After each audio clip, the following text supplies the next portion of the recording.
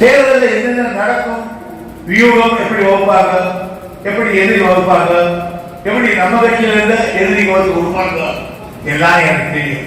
நான் ஒவ்வொருவரையும் எல்லாம் எனக்கு தெரியும். யாரும் ஏமாற்ற முடியாது. ஒரு முறை நான் கொஞ்சம் ஏமாந்துருக்காங்க. தூக்கு இருக்குது, கொரோனா அவரை படுத்துட்டேன்.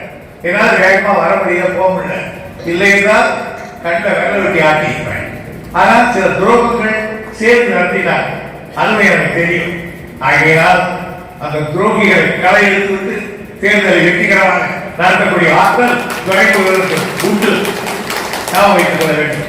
நான் யாரையும் மன்னிப்பேன், ஆனால் கட்சிக்கு துரோகம் பண்ணுகிறதை மன்னிக்க மாட்டேன்.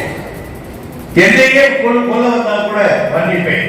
ஆனால் என் இயக்கத்துக்கு நான் நடந்த கட்சிக்கு 67 ஆண்டு கால இந்த கட்சியில நாயாக போய் அசைஞ்சி கட்சி வளர்த்தான். ஆகையால் இந்த கட்சி என்னுடைய கட்சி, இது நம்முடைய கட்சி என்று புத்தியோடு இருக்கிறார். ஆகையால் அந்த கட்சிக்கு துரோகம் செய்வதை விட உலகத்தில் கொடுமையை இருக்க முடியாது. எனவே போன முறை நான் எல்லோரும் நல்லவர் என்று நினைத்து விட்டேன். அதற்கு விளைவுதான் எனக்கு சில பாடங்கள் கற்பிக்கப்பட்டது. அந்த பாடத்தை இந்த முறை நான் தீர்வு காக்க மாட்டேன் என்பதை உங்களுக்கு நான் தெரிவித்துக் கொள்ள கடமைப்பட்டிருக்கிறேன். அதை பற்றி அறிய வேண்டாம்.